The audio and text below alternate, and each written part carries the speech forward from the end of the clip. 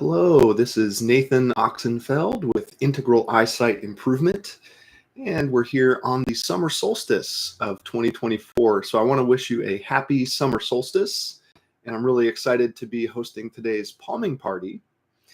And actually, just yesterday was the 12-week mark after my surgeries that I had to get some emergency procedures done after my bad snowboarding accident back in March, which was actually right before the spring equinox. And you may have seen it, but I actually did the last palming party from my hospital bed. I was thinking about maybe even canceling it, but I just went ahead and kind of switched gears a little bit and actually went over some pain relieving techniques that are partially inspired by the Bates method. So that was really neat. I got obviously some great feedback from people in terms of sending well wishes for my recovery and my healing. But people were also seeming to enjoy kind of the other topic, so to speak, or maybe some of the other benefits of the Bates method and natural vision improvement beyond just clearer eyesight, but thinking about how it can have effects on other parts of the body or how we deal with pain or stress, things like this. So it's kind of surreal being 3 months later and kind of seeing the process of my leg healing. And it's been a challenging process. It's been humbling, but it's also been very enlightening. I've learned a lot, and it's really shown me a lot about the amazing self-healing potential of the body and the mind. So I think in one way or another, this is going to kind of inform or influence the way I teach vision healing as well. So there's a chance I may be putting out some material about this whole experience and some of the lessons that kind of translate, whether we're healing any part of the body or healing the eyes. But that's not really the purpose of today's meeting, which is actually our palming party. So the purpose today is actually to get into some relaxation together. I'm going to be guiding us into our Bates method palming practice, which is really about relaxing the physical level, so getting the eyes and the eye muscles more relaxed, but also on the mental level of getting the mind more relaxed and tapping into this whole inner vision piece.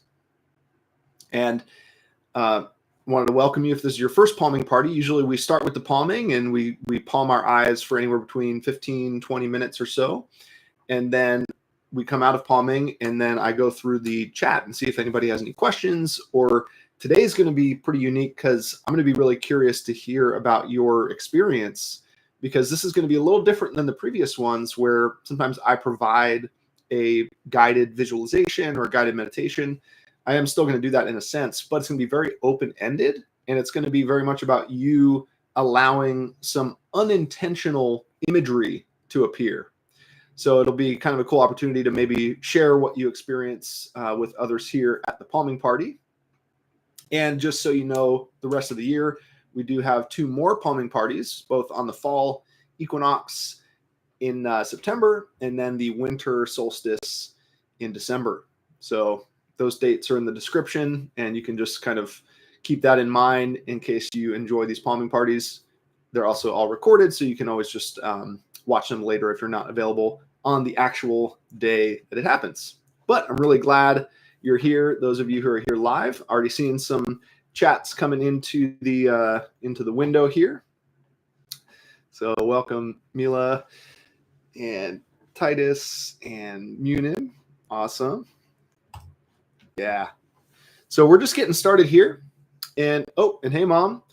Extra special thanks to my mom. She helped out so much over the past 3 months with helping me in my recovery. And so, yeah, just tons of gratitude for my family and friends and people on YouTube as well. It's cool to see some of the comments underneath the last palming party.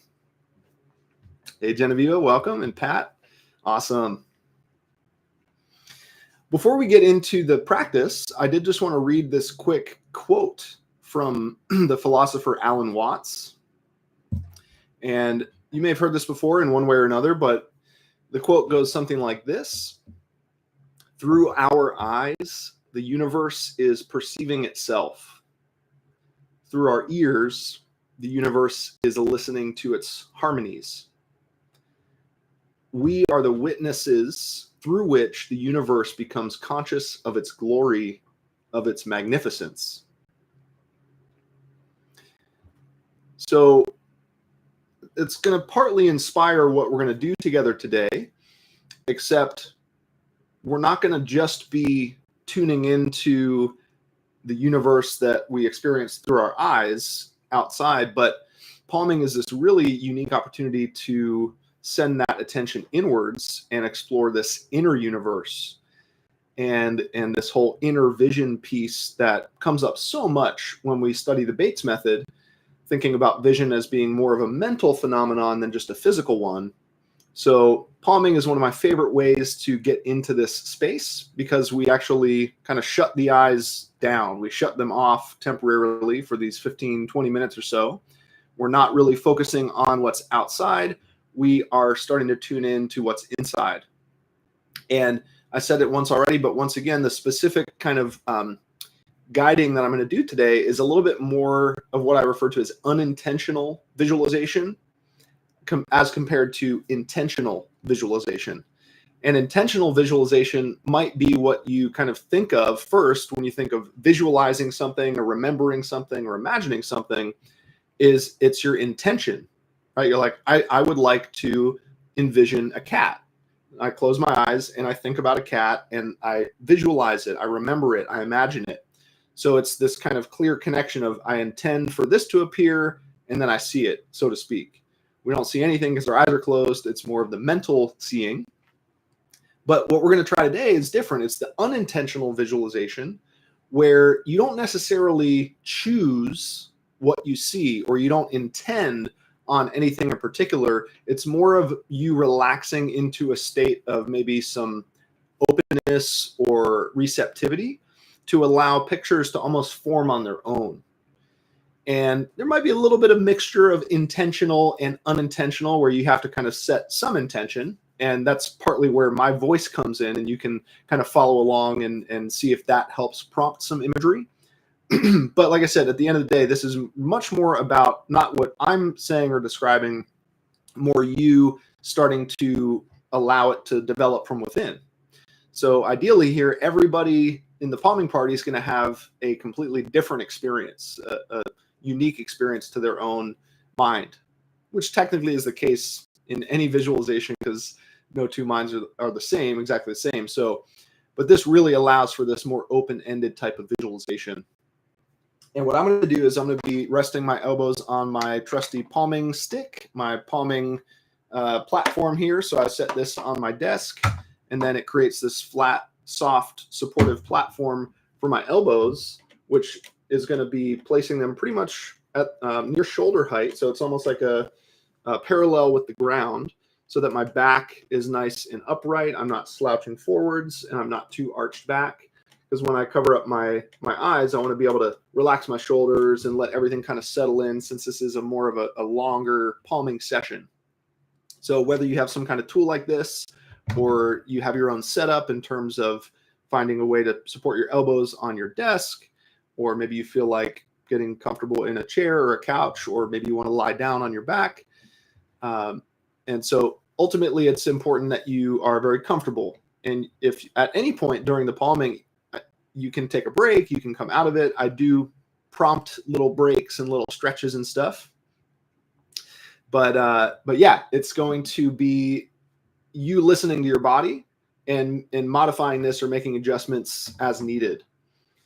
Because comfort is really another word for relaxation, and relaxation is the purpose of this practice of palming. So welcome those new people coming in. Happy to see some more people coming in the chat. Hey, Ludwig and Christine, Rebecca, Orit, awesome. And no, it's not going to be the maple syrup stuff today, but that was one of my favorites as well, going through the maple syrup making process. So we are going to move into our palming now. And some people do like to rub their hands together first to build up some friction and some heat and some energy into the center of the palms. And the palms are really just to block the light. They're not for putting any kind of pressure on the eyes. You don't want to really be touching the eyes. So you have the nice cup in the hands, and I lay the fingers of one hand over the other over my forehead to create that upside down V shape to create space for my nose. My elbows are rested on my palming board. I'm lifting my eyebrows and lowering my eyebrows and kind of wiggling my palms around to see what I can do to almost seal the eyes off from as much light as possible. And even if there is a little light coming through, because everybody's hands and faces are a little different, maybe just by closing your eyes, that will eliminate any remaining light coming through. And once you find a good position with your hands and your palms and your face, then you can kind of do a little bit more of a body scan where you drop down and you relax your shoulders, because we don't want to be scrunching the shoulders while we palm. Maybe you can relax your jaw a little bit and check in with your spine and see if there's any little adjustments that'll feel good in your upper back or lower back or hips.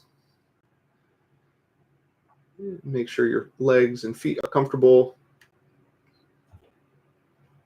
And at this point, we're really just allowing things to settle down, and we're letting any after images to slowly fade away, because your eyes were just open and receiving light. And sometimes it takes a few seconds for that stimulation to dissipate. And maybe it feels good to kind of like blink your eyes gently, or maybe move the eyes around in different directions, nice and softly, not like an exercise or a stretch, but maybe almost like they're swimming or they're kind of floating, and you're just feeling something kind of releasing and relaxing, because there's nothing to see. There's nothing for your eyes to physically try and focus on. Therefore, they can just let go and relax. And maybe your body wants to even move a little bit. Sometimes it's nice to make little tiny adjustments or wiggle in your seat, or maybe adjust your head position slightly.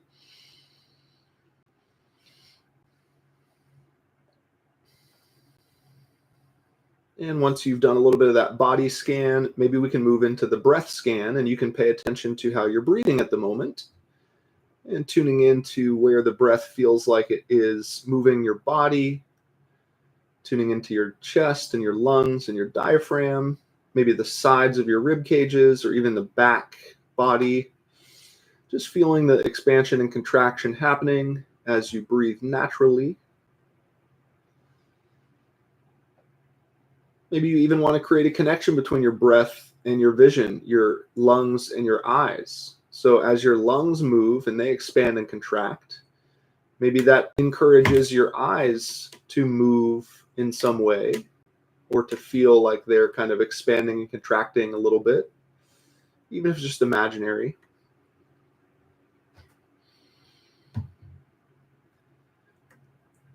And once you've done your body scan and your breath scan, that brings us to the mind scan, the mental scan. So maybe that starts off with you analyzing, are there any after images remaining, which technically is still you paying attention to your physical eyesight. Even though you can't physically see anything while you palm, you can physically still perceive the after images. But once those fade away, then we're actually switching from the physical to the mental. It's not about what the eyes are physically seeing or sensing. It's now what the mind is mentally thinking of, or remembering, or imagining, or visualizing. So before we go into some of this unintentional visualizing, which who knows, maybe it's already begun for you, because this is kind of a natural phenomenon, how the mind doesn't really like a void. It actually likes to fill in voids. It likes to fill in the blank, so to speak.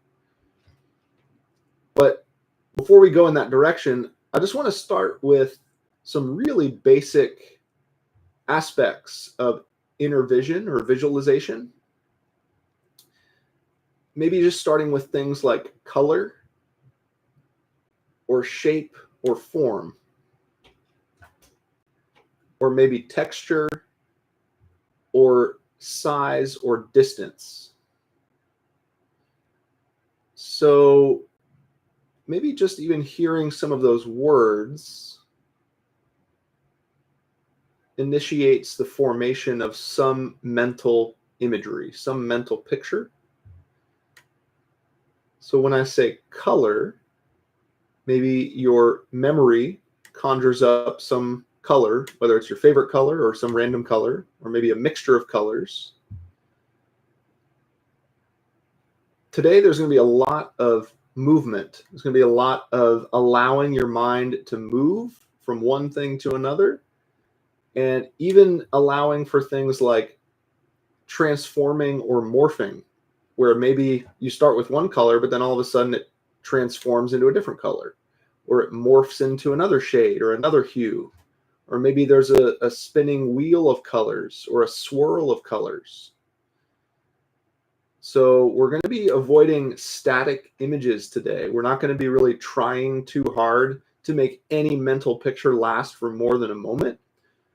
It might even work better if we just let it go. It appears and then it changes, or it appears and then it disappears. So it might be kind of fleeting, but just allow it to move and to change. So maybe when I say shape, that makes you think of maybe some basic shapes, whether we're thinking of circles or squares or rectangles, or maybe a triangle. And maybe it's black and white, or maybe since you just were thinking of colors, maybe you're checking into what color the shape is. And once again, maybe it's not a static shape. Maybe it's a moving shape or a morphing shape where it turns in from a circle to a triangle, and then from a rectangle to a square. Or maybe it's rotating. Or another word I said was size and distance. So maybe you're imagining a particular colored shape moving in space. In other words, like getting closer to you or farther away from you. Maybe it feels like it's getting larger or smaller. Just have fun with it. Just allow it to move and to change. And never feel like you're forcing or straining to make it happen. That's kind of self-defeating. In actuality, the more you relax, the more it happens on its own in a nice, easy way.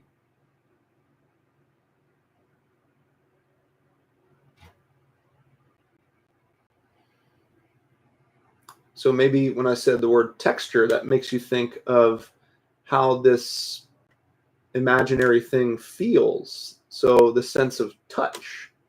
If you were to actually touch one of these shapes or colors, what kind of texture is it? Is it smooth? Is it rough?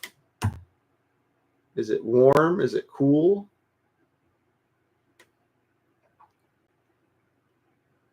So we're getting other senses involved here as well. Not just the inner vision, the sense of sight, but the sense of touch, the feeling of it.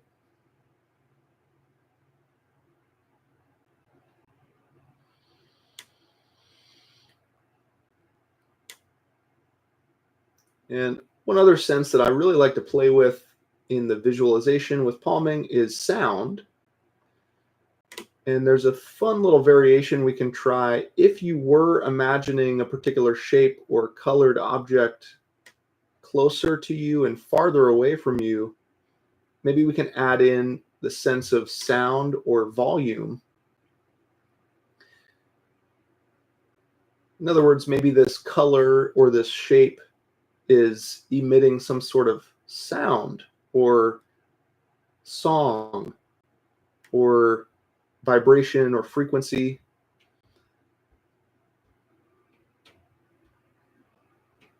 And maybe when it feels like it's close to you, it's louder. But if you imagine it floating farther away from you, it gets quieter.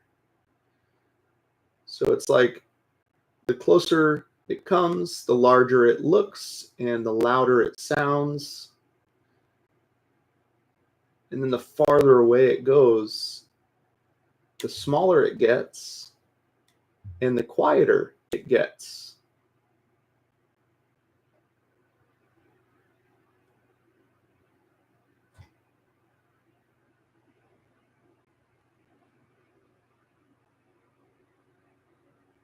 All of these are just different little experiments for you to play with.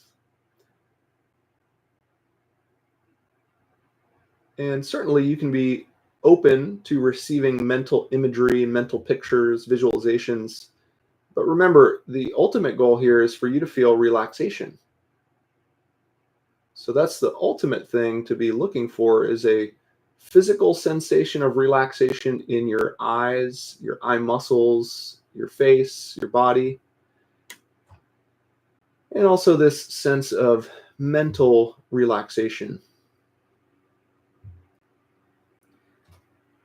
And just over time with experimenting with this myself, I found that that last one we did of imagining some object or some word or letter floating away from me and getting quieter as it goes in the distance seems to really calm my mind down and seems to kind of quiet down some of the inner chatter, the mental chatter, or the inner dialogue, where I'm really just asking my mind to focus on that really quiet sound coming from really far away. The only way to be able to hear that or imagine that is by getting the rest of the mental noise to also quiet down.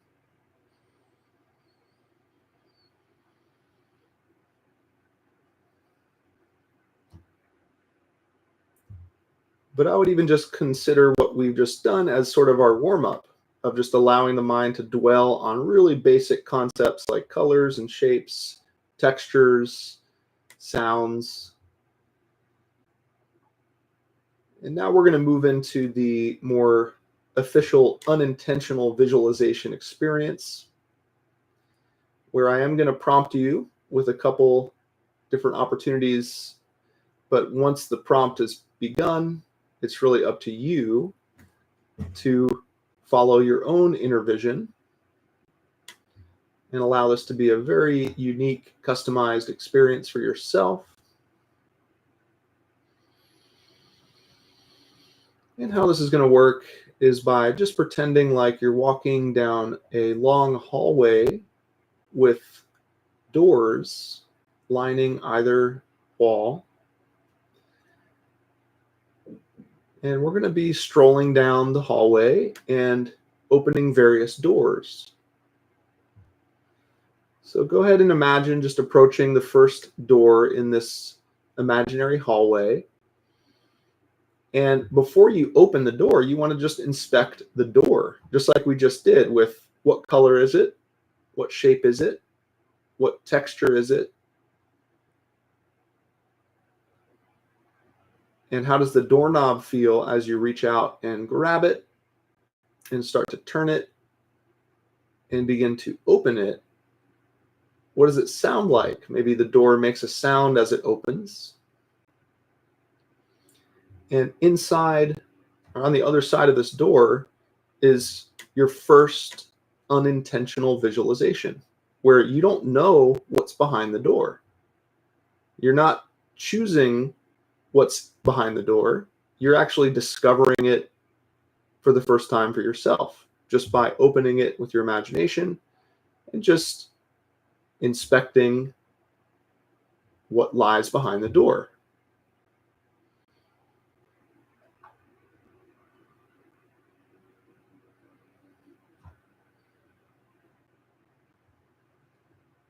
Maybe you even feel your eyes glancing around in different directions, pointing to one side or the other side, or looking up or looking down to explore and investigate what is it that you discover.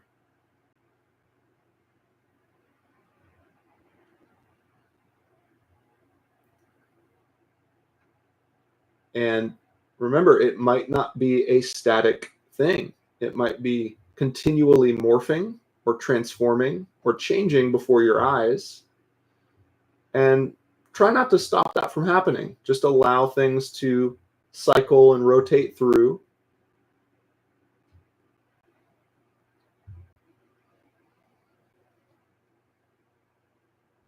Unless you do find it is relaxing and easy and comforting to maintain the same imagery. Just make sure there's not too much force involved in trying to keep it for too long. But we're not going to spend a whole lot of time in each door. We're actually going to go ahead and close that first door again and start to walk down the hallway a little farther until we encounter another door that we feel called to open and explore. But before just opening it, you want to inspect the door. Door number 2. Go through your list of questions of what color is it and what shape is it, what size is it, what's the texture of the door itself, what's the feeling of the doorknob as you do begin to turn it. Does it make any kind of sound upon opening? And then just take a gander behind the door to see what you find.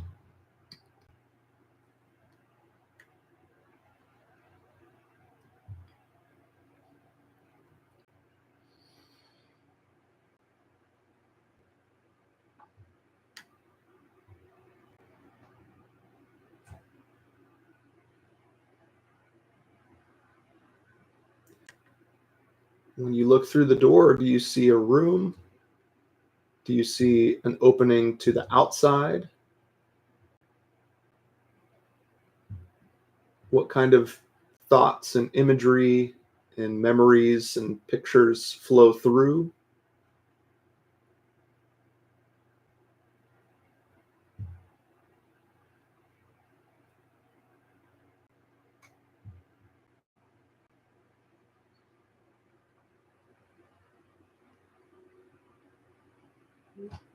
And after you inspect this second space and you take it in, you just slowly close that door again. And we're going to take our first little break here where you keep your eyes closed, but you choose one hand to slowly remove from your face and begin to do some wrist rolls. Maybe open and close your hand like a fist. Maybe you want to reach that hand up towards the sky to open up the shoulder a little bit, stretch the back. So maybe you're just kind of wiggling that arm around, making any little adjustments that feel good before we switch and do the other hand. And if possible, you keep your eyes closed the whole time. As you switch, you cover up the eye that you just uncovered. And you're doing some maybe wrist rolls or opening and closing the fist of the other hand, reaching up towards the sky. Maybe reaching out to the side or behind you a little bit. Maybe it feels good to wiggle or shake that arm or that hand. Nice. And once you've done a little mini break, a little stretch, you settle right back into the darkness of palming both eyes. Quick, another little body scan to make sure that you're not shrugging your shoulders. There's not any discomfort anywhere that you can kind of adjust and get a little more comfortable.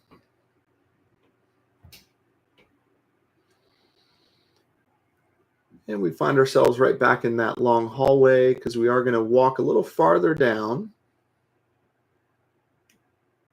until we are attracted to a third door.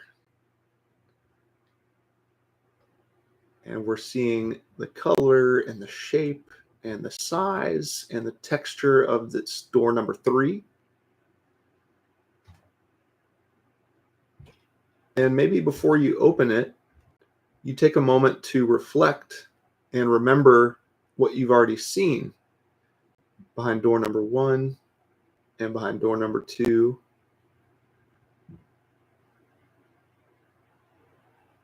And as you turn doorknob number 3 and open that up, you're ready to receive a new image, but not really knowing what it's going to be beforehand.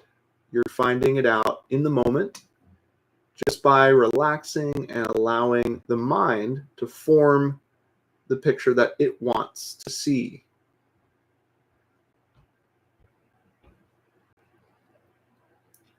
Maybe coming back to that Alan Watts quote, thinking about what does the universe want to see right now?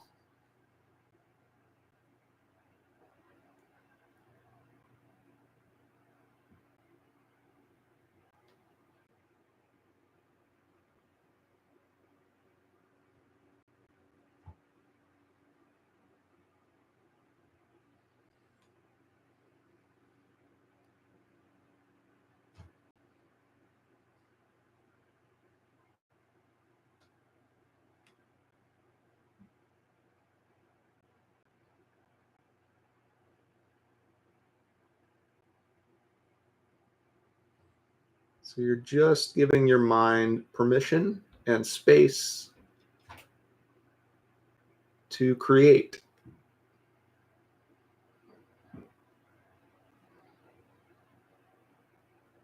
Without you necessarily telling it what to create.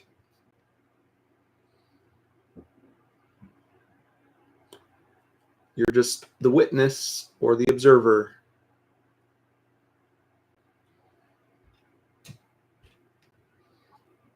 But only for a certain amount of time, because after some time with door number 3 open, you go ahead and close it back shut. And turning down the hallway, taking a few more steps until we're drawn to door number 4. What size is this door? What color is it? What's it made out of? What's the texture like?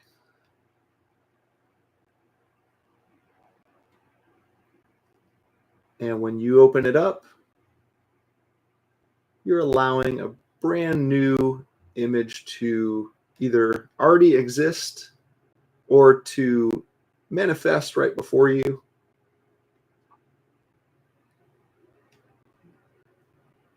No right or wrong, no judgment, just allowing the formation of some unintentional visualizations.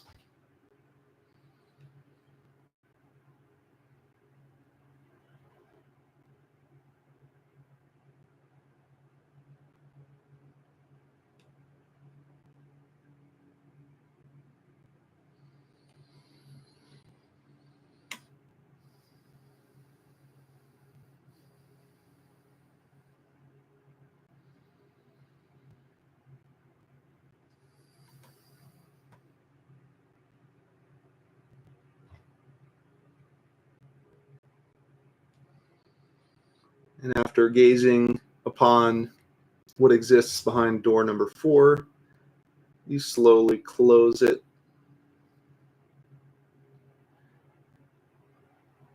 And you slowly make your way out of this hallway of doors, knowing that you can either always come back and reopen these doors you've opened, or maybe you have a feeling that there's many more doors that you're excited to open in the future.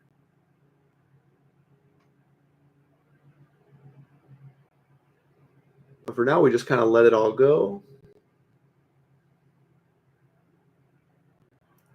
We make our way back up from the mental level up to the breath level. You can pay attention to the lungs and the breathing pattern and the rhythm, the movement of the body as you expand and contract.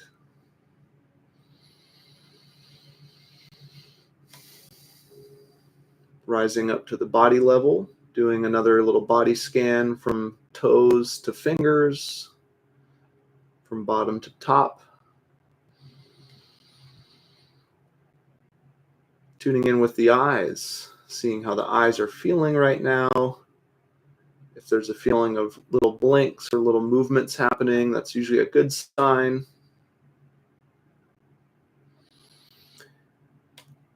But keeping them closed, we're going to very slowly remove the palms and come out of palming to allow the eyes to gradually adjust to the ambient light in your space.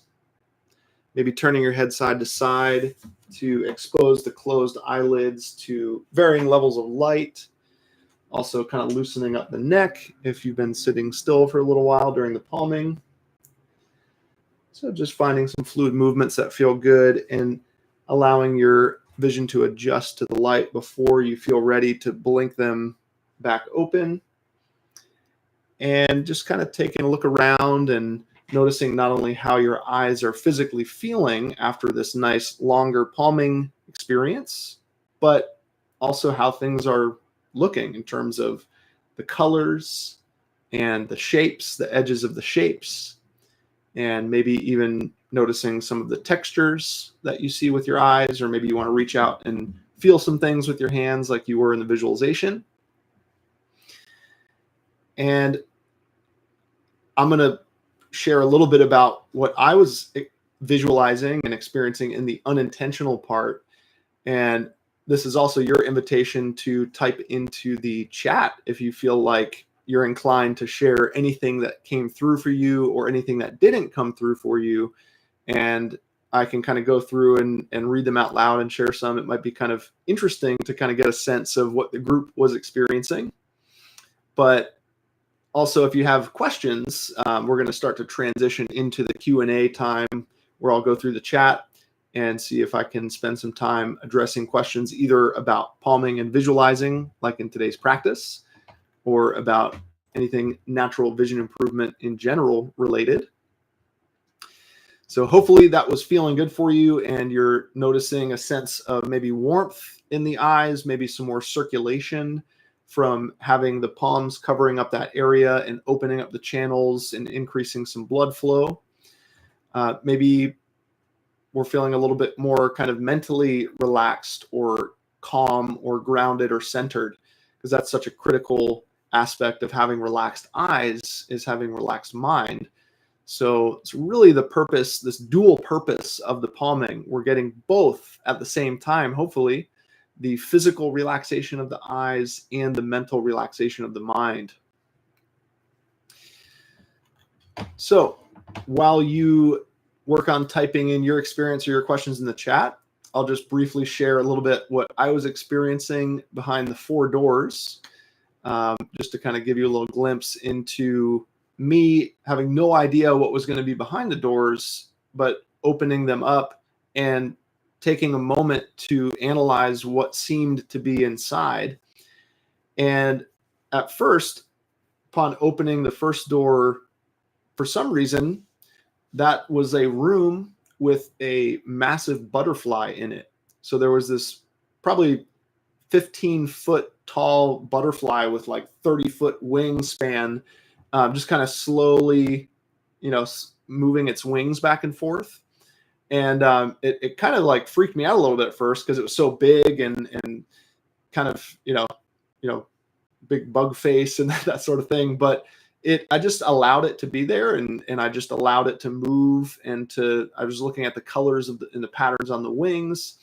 And then it just felt like, all right, I'm going to shut this door now and keep that butterfly in there and go to the next one, which each door kind of looked a little different. They were different colors and different shapes and sizes. And behind the second one was almost like more of a a pool. Essentially, there was a feeling of water in there, and like the sensation that I could kind of jump in and immerse myself in water.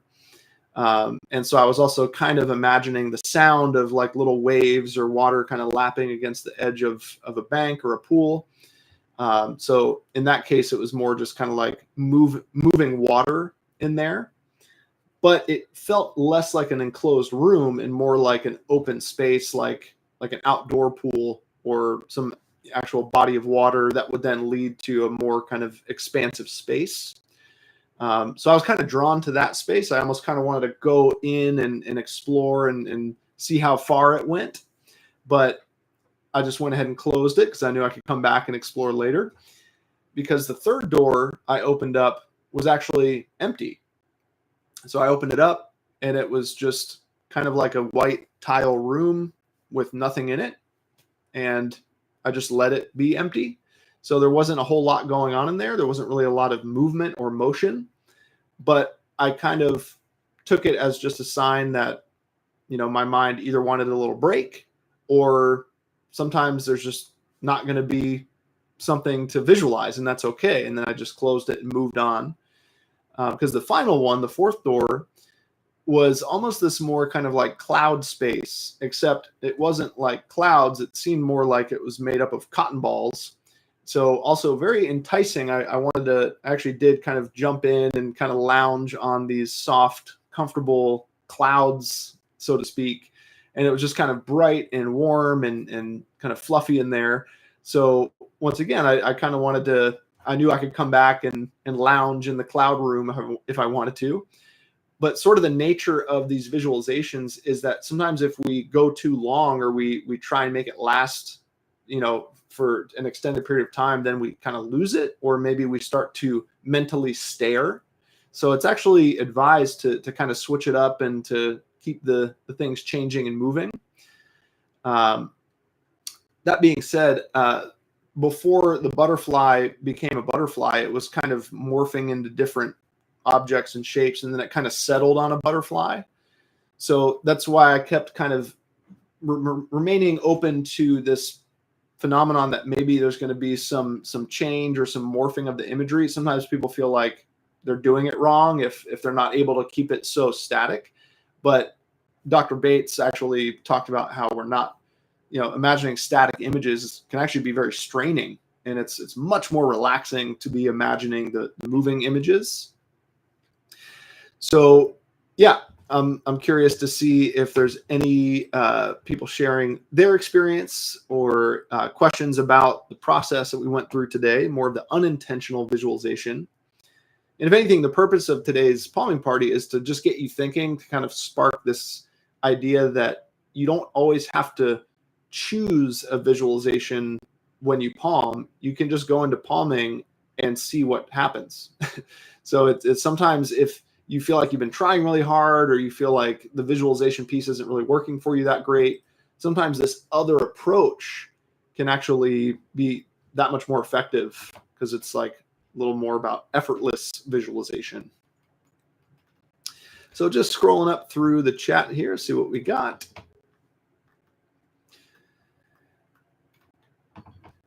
Glad you're here, Ludwig. Yep, EF said, love the quote. Yeah, gotta love Alan Watts, full of wisdom. All right. Rebecca said, first time on your live video. This is exciting. Yeah, I love being able to connect in real time and be actually knowing that there's 50 plus other people palming together, right, all at the same time. It's this really cool shared dynamic. So yeah, glad you're here live.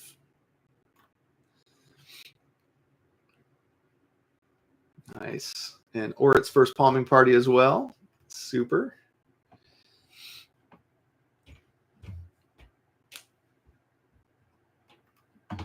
All right, so just looking at some questions here. So UFO Abduction asked, what are the best exercises for presbyopia? Thanks a lot from Italy. So yeah, presbyopia is the known as the farsightedness or difficulty seeing up close and maybe difficulty reading your phone or books. The text up close is blurry and maybe it's easier to see far away. So generally, we could sort of say that is a form of an under accommodation. So accommodation is the eye's ability to focus up at the near point. So if your eyes aren't focusing up at the near point, that means that the eye isn't accommodating as much as it needs to bring that near point into really good focus.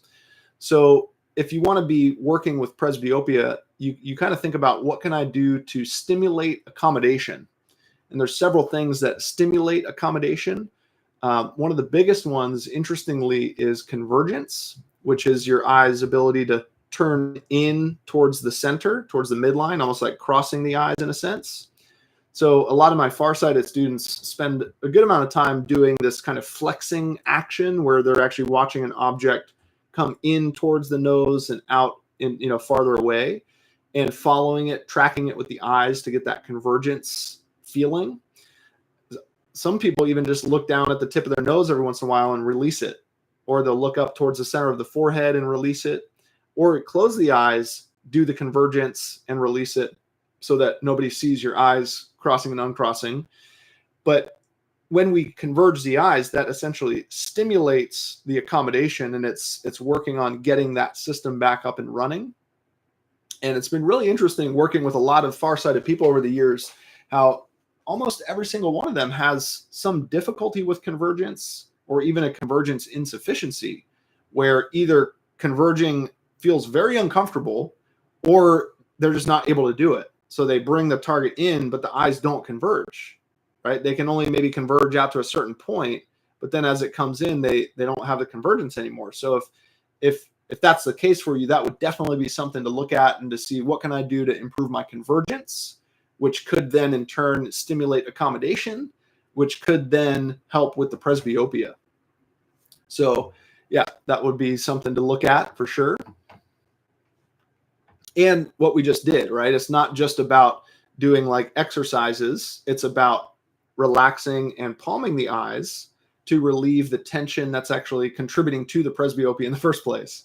So combination, right, of doing the stimulation and the relaxation. So good question there. Let's see. All right. Connie said, each door led to the same place, a window seat looking at a statue of Buddha. Nice. It's interesting how, even though you're feeling like you're opening different doors, it kind of leads you to the same place, which is an interesting insight, I think. Thank you for sharing that. Rebecca said, I imagine I was opening the doors to the movie Encanto. I actually haven't seen that one. That's that animated one? That's cool, though, that you're kind of, once again, using a memory, right, based off of the movie, and then you bring that into your imagination and then kind of, use that gateway or that pathway. So yeah, like I said at the beginning, sometimes it's a combination of kind of intentional and unintentional, right? So maybe intentionally you're like, oh, doors from Encanto. But then when you open them, then it's like, okay, unintentional. I don't know what's going to be behind this door. So let's see. So then that's a great example of having this kind of mixture of the intentional and the unintentional. Osik123 said, what's the best way to clear blurry vision? So kind of depends on what type of blurry vision, kind of like the previous question about farsightedness. Is it blurry vision up close? Is it blurry vision in the distance? Is it a combination of the two? Really helps to get a sense of where the blur is. But really, I think the combination of regular implementation of the Bates method and, taking more time with the naked eye, as well as maybe using the correct undercorrected training glasses to go along with your vision healing process, tends to be the best way, so to speak, in terms of checking all the boxes of you're doing your home practice, you're allowing your eyes to adjust to not wearing the glasses, And when you need the glasses, you're not just putting on the full strength. You have access, you have a choice whether you want to go full strength or maybe like a undercorrected pair that would sort of encourage more of the vision healing process. So yeah, that's definitely what I consider to be the efficient way to clear blurry vision. Rebecca also said, after I opened my eyes, I felt a sting feeling. Why is that? So it depends on what type of stinging. And it also depends on if it's correlated with clarity or blur, because a lot of people actually start to notice some of those kinds of sensations when their vision's clearing up. When you come out of palming, if you're like, whoa, vision's a little clearer, but there's this weird kind of stinging sensation, sometimes that's just a sign that your accommodation system is coming back online and starting to work more, which maybe it's been kind of dormant and inactive. So it creates these new strange sensations. But if it's not correlated with clarity, if it's like blurry and it's uncomfortable or stinging, then that could be an indication of something else. But if it happened right after palming, maybe one thing is if you have any kind of light sensitivity, sometimes after being in the dark for that long and your pupils dilating, it just takes a little time for your eyes to adjust and constrict the pupils back down, which hopefully increases in speed as you practice. But yeah, in general, throughout this whole process, you're not only remaining the observer of the mental pictures like we did in the palming visualization, but you're also the observer of how your eyes are feeling. They're constantly communicating with you and sending you signals and messages. So if you feel that stinging, then you want to listen to that. And maybe it's a sign that, hey, my eyes need to close right now, or I need to go back into palming, right? It's about listening to the eyes and actually taking care of them in the moment when they're trying to get your attention. Finding joy in your vestibular journey said, my eyes feel relaxed. Mission accomplished. That's definitely the number one goal in this whole process, is to not just talk about relaxation or think about relaxation, but to sense relaxation, to feel relaxation. What does that actually feel like? And what does that feel like in your eyes? Right? If you have glasses or contacts or vision problems, we're really not that used to what relaxation even feels like in the eyes. I know I had no idea, no reference point for that when I first learned the Bates method. So for you to feel the relaxation is really what this is all about, because that's the only way that you're going to keep navigating this path, is by following the relaxation trail. Aha. So we got the first of what I sort of anticipated might happen today, and feel free to type in and clarify if I'm just assuming, but Titus said scary ghost. So sometimes when we go into the unintentional visualizations, it can be scary because we don't know what the mind is going to create. And sometimes the mind can create scary imagery, or maybe it feels like we're creating space for some suppressed memory to come up, or something that maybe we don't want to look at. Which is why sometimes we feel more safe or comfortable in the intentional visualization, like the example I gave at the beginning. Like, I want to picture a cat, right? And then I visualize the cat, and it's more of a controlled experience, and we're kind of dictating what happens. But when we do this thing of opening the doors and going into the unintentional visualization and open-mindedness, we have no idea what's going to come through. It could be gorgeous, it could be beautiful, it could be relaxing, but it could also be frightening or scary or stressful. So once again, one thing I said in the experience was no right or wrong and no judgment. Sometimes we need to see the ghost. Sometimes we need to confront that scary mental picture, and not even confront it, but just allow it or acknowledge its existence, because guess what? Right when we do that, it probably will transform. It's almost like it stays that scary form as long as we're kind of avoiding it or not looking at it. It's kind of waiting to be seen, and then we see it, and then it transmutes or transforms. At least that's kind of what's happened in my experience when I feel like that sort of scary side starts coming up. So you may have been referring to something else, but I'm just kind of assuming that you're sharing with the group that when you open a door, there might have been some scary imagery back there. And that is kind of part of this process as well, is not just doing vision practices and eye exercises, but actually, looking into our own mind and seeing what mental strain or mental stress exists there, and how can we bring some mental relaxation into there. And Cher Ami Rose said, all of my past pets, grandparents, and friends that have passed. That's really sweet. Just to kind of create that time and that space to allow that feeling of connection to kind of resurface. But there you go. Once again, it can kind of lead us into this maybe more emotional place where some of the imagery, whether it's people or pets or places, might still have some sort of emotional charge to it. And maybe that's part of what you need in this moment out of your palming, is maybe, you need to, allow that to flow through as well. So thank you for sharing that. That's really sweet. All right. Ludwig said that was so relaxing and felt like deep connection with aspects of the self that are normally subconscious. Important to open the door to connect with those. Thank you for guiding so calmly.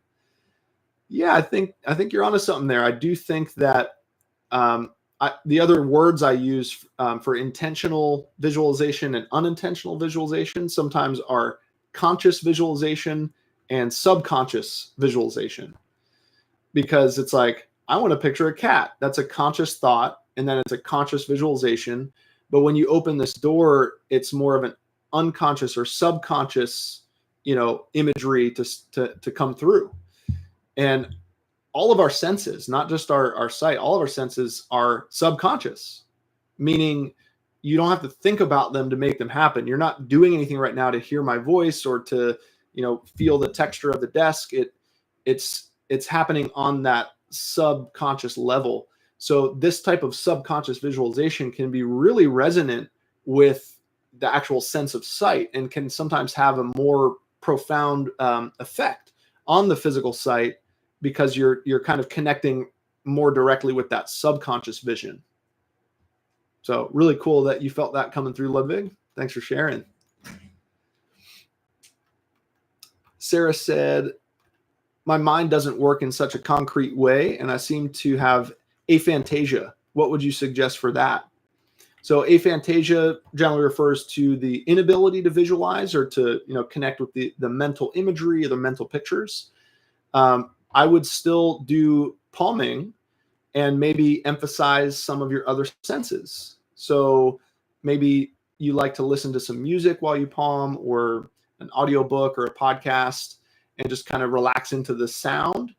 Or maybe it's more of a kinesthetic experience where you're just kind of feeling that breathing happening, or maybe you find that kind of swaying your body when you palm, or kind of rocking forward and back, or doing a little swinging helps relax the system just through the movement, the sensation of movement of your body parts. So it's not like you're not allowed to palm, or it's not like you're not going to get benefit if you're not really playing as much with the mental picture side. So I wouldn't put too much pressure on that. And it could also just be a sign that, okay, palming is one practice out of many, many practices of the Bates method. So maybe you find yourself doing more things like the sunning or the swinging, or the fusion, or reading the charts and stuff. So there's definitely many avenues to still explore, and just kind of, once again, remain the observer or the witness if you ever do experience any form of mental imagery, however it appears for you or doesn't. It's once again, no right or wrong, no judgment. The A-level biologist said, thank you, Nathan. Question, I just read from Dr. Bates that floaters are optical illusions caused by strain. Any tips on how these go away as the blur improves?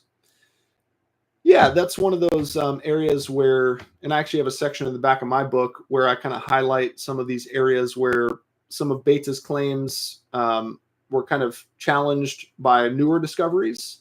So, we know now that floaters are not purely mental or imaginary. They have physical properties, the physical floaters in the fluid of the eye. But Bates was pretty spot on with the fact that there is a mental component, the fact that your brain can tune them out, even if they are in there, just like your brain tunes out your blind spots where your optic nerves are and your blood vessels in your retina. So what I was thinking about my floaters, I wanted to do two things. I wanted to physically diminish them. So what can I do to cleanse and purify the inside of my eye physically, but also mentally, how can I tune them out or see through them? So my vision teacher kept advising me to just keep working on my myopia, right? The more, kind of like you hinted at, as the blur improves, you simply notice the floaters less. It's like the blurrier your vision is, the more you can see the contents of your eye, because you're not focusing on the outside world as much. It's out of focus. So as you get clear flashes and you're seeing the outside world clearer and sharper, you ignore the floaters. They're not really even in your awareness as much anymore. So the more you keep improving general vision, that improves the floaters. But you can also think about, what are the physical ways to maybe flush the floaters out? So combination of lymph stimulation, so movement like the swinging and stuff like that. Also, I found a lot of benefit in supplementing with bromelain, which is the digestive enzyme found in pineapples. And so I'll take supplements of that, and I noticed that seems to really break down the floaters and kind of dissolve them down, sort of digest them. So yeah, you may want to look into that, or it is kind of a good time of year now that it's officially summer to go maybe get your hands on a bunch of fresh pineapples and eat more pineapples this summer. Hard to beat getting it straight from the source. All right, making our way down. We are at the top of the hour, so we're going to start to wrap up here soon, but I just want to skim through, see if there's any other questions. Or it said, I visualized my neighbor's door when I was a child, and behind that door was my friend Alona. She was small in age like I remember. Oh, that's really sweet too. Once again, kind of falling back on a memory and then allowing that to kind of lead you into the experience. So I love this blend of visualization, memory, imagination. They all work together. Hey, Susan. Susan says, door number 3 had the beautiful summer solstice sun. Number 4, the full moon this coming weekend. Nice. Getting kind of cosmic with it. Yeah, I guess maybe also those 4 doors could have represented the 4 seasons, just like our palming parties are on the different changes of the seasons. But thanks for reminding everybody that this weekend is full moon, because that's sometimes a very helpful vision training tool to go outside with your glasses off at night and actually do some moon gazing and playing with the stars and looking off in the distance in the night sky. Good for night vision adaptation. Titus said, can I say all the doors look the same? Yeah, totally. Like I said, no right or wrong, no judgment. Jim Rayner says, what do you think about watching live baseball games as a way to improve centralization? I think that's a great idea, because if you're following where the ball is, that's getting your attention to hone in on one small part of the screen, which is in motion. And you're not trying to see all the other players. And yeah, the amount of shifting involved as you watch the game. Any ball sport, really, watching any ball sport is really good for central fixation and for swinging. So it's kind of cool where if you know that going into it and that's your intention, then it turns watching a baseball game into a vision practice instead of you thinking, oh, I'll get to my vision practice after the game, right? That's a kind of a strategy to actually implement this and integrate it into your everyday life and activities. Hey, Haley, late to the party, but so glad you're here. Hey, Beata said, I was curious about the doors appearing on the right side only and would not have any doors on the left of the corridor. Any thoughts? I was kind of hoping somebody would ask that too. What happened for me is the first 2 doors were on the left, and then we took the little stretching break, and then the doors 3 and 4 were actually on the right. So for me, it was kind of balanced of kind of first half, second half.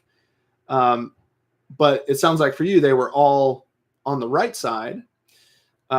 So I think that if anything, that could be just hinting at a little bit something along the lines of maybe some dominance, or maybe something about thinking about, one brain hemisphere or the other brain hemisphere.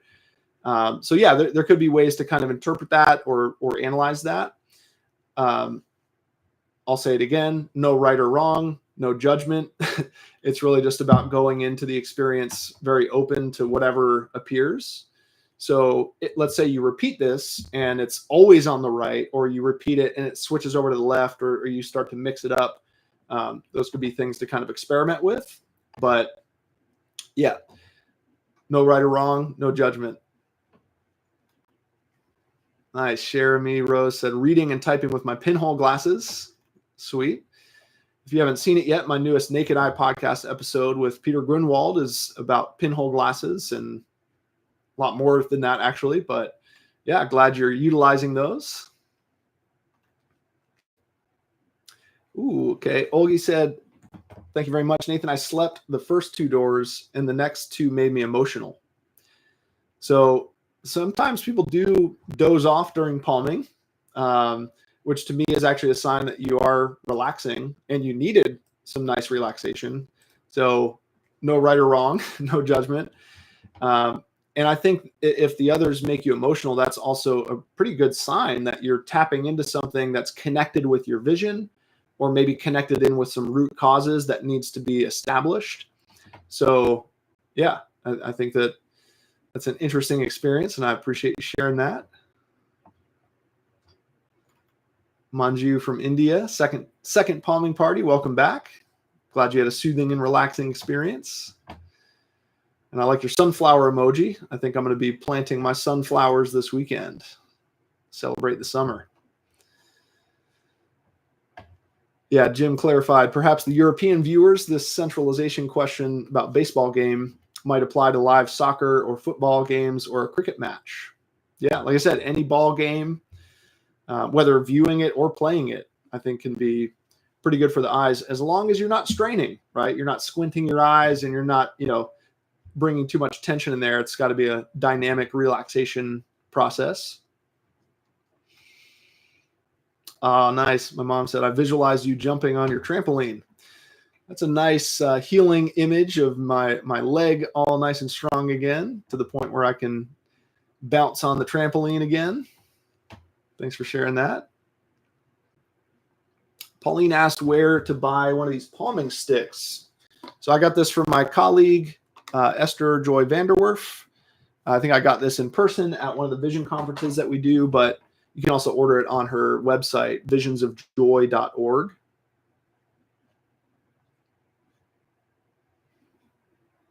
And you're in the Netherlands. Esther's in California. She's originally from the Netherlands, but there might also be a source in Europe. So you could also reach out to Esther and ask. She might be able to connect you with somewhere to get either in the Netherlands or shipped from Europe. Cool. So I am going to have to hop off here very shortly, but just last couple ones. Chris said, my doors lead into my friends' apartments. It was very relaxing to be visiting. No one was home. Nice. That's cool. A little portal action, transport you to a few different places. 3 nice, uplifting and relaxing rooms to the left. 1 dull, dark, boring room to the right. Thank you for your experience. That's from New Being. Interesting. Kind of like Beata's thing about the left side and the right side, kind of comparing, contrasting the different feelings on the 2 sides. It's a kind of a cool aspect of this this visualization. Mila said, I relaxed to the point of falling asleep during the last 10 minutes, but waking up and opening my eyes, my vision was so much clearer. That's so awesome. Yeah. Sometimes you just need a little of that extra rest, and it's like your eyes have been begging for it. And then you give them that time and that space and that opportunity, and they relax to the point where they function better right after. So that's so cool. Thanks for sharing that. David asked, what's good for glare when glare is annoyingly bright? Yeah, that's a tricky one, especially now in summer, brighter sun, hotter sun, maybe encountering more glare out on the road or out on the water. So in that case, that might actually be where some light tinted sunglasses help, or even some clear glasses with the anti-glare or the glare reduction coating, because glare is different than brightness. It's not so much about darkening the world, it's about reducing the glare. So yeah, I mean, ideally you're doing your sunning practices to reduce both light sensitivity and glare sensitivity. But in the meantime, sometimes it helps to have a little extra layer to cut the glare so you can stay nice and relaxed. Dakota said, what's the best way to get your vision ready to pass the test for taking the vision test to renew your driver's license? Practice with your charts at home. Go through the process of learning how to be very relaxed when you look at your chart. Practice getting clear flashes on the chart. Try different distances, different lighting, different techniques to see what helps. And also turn it into a palming visualization where you actually imagine you're driving to the DMV, you park your car, you walk inside, you get your little number, you wait to be called up, you look at the chart or you look into the machine and you pass with flying colors. You imagine getting the restriction taken off your driver's license. You get this new license and it says no corrective lenses on the back. And just by going through the imagination of it, that can also sometimes help settle your nerves so that when you go in to take the test, you're not going into the strain mode, which would then make it blurrier and harder to pass the test.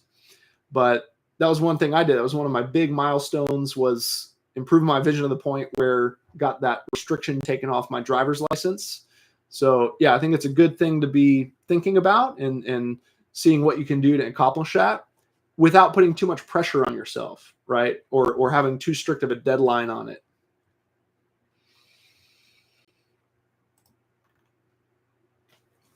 Haley said, I have a floater. Me too. And that's okay. There's a lot we can do to play with it. And like I said, maybe chomp down some pineapples this summer, see if that helps. Oh, nice. Jim also said, your book, Give Up Your Glasses for Good, is amazing. It's a great piece of work. Just so you know, next year is going to be the 10-year anniversary of me originally putting that out in 2015. And I'm thinking about maybe putting out a revised edition or adding a couple new things to it. So just wanted to plant a little seed about that and keep an eye out for that sometime next year, potentially. Awesome. Well, on that note, I think that'll do it for today. Like I said, we're going to be doing our next palming party right here on the YouTube channel. I'll just give you the date real quick while I've got you, looking out to September 22nd. It's going to be Sunday. So we're going to have a weekend palming party. The fall equinox happening on Sunday, September 22nd. Between now and then, also look out for some more releases on YouTube, whether it's new Naked Eye podcast episodes. Check on the first of each month for a new Better Eyesight podcast episode as well. And got some cool interviews that I'm working on editing and going to be putting out throughout the summer. So excited for you to check those out. And I've also got some cool ideas for some new Bates Method 101 videos as well, kind of the more sort of instructional videos to go along with the podcasts. And yeah, we've got actually some exciting events coming up in the fall as well. So I'll have much more to share about that in our fall equinox palming party, but that'll be kind of close to the events themselves. So just so you know, we are going to be doing a vision retreat in upstate New York in October. So it's going to be October 3rd, 4th, and 5th. And it's going to be a collaboration between myself and my colleague, Anat Axelrod, who was just recently featured on my podcast 2 episodes ago about the conversations with the eyes, or the listening to the eyes method. So it's going to be a really rich experience of combining that with our traditional vision work. So I'll be putting all the information about that up on my main website, integraleyesight.com. We just secured the retreat center, so getting the final pieces all lined up. But yeah, just so you have it on your radar in case you've been interested in getting involved in some in-person vision work. It's going to be a really awesome time there, especially in the fall when all the leaves are changing colors here in New England. So stay tuned for that and other announcements of any other online events coming up as well. And really appreciate you spending some time with me on this longest day of the year, if you're in the Northern Hemisphere. So once again, happy summer solstice. And I hope you have fun continuing to explore your own mind and this inner universe and really tapping into this whole other side of visualization, of unintentional visualization. It might actually open up a whole new part of your vision practice. So have fun with it and happy summer.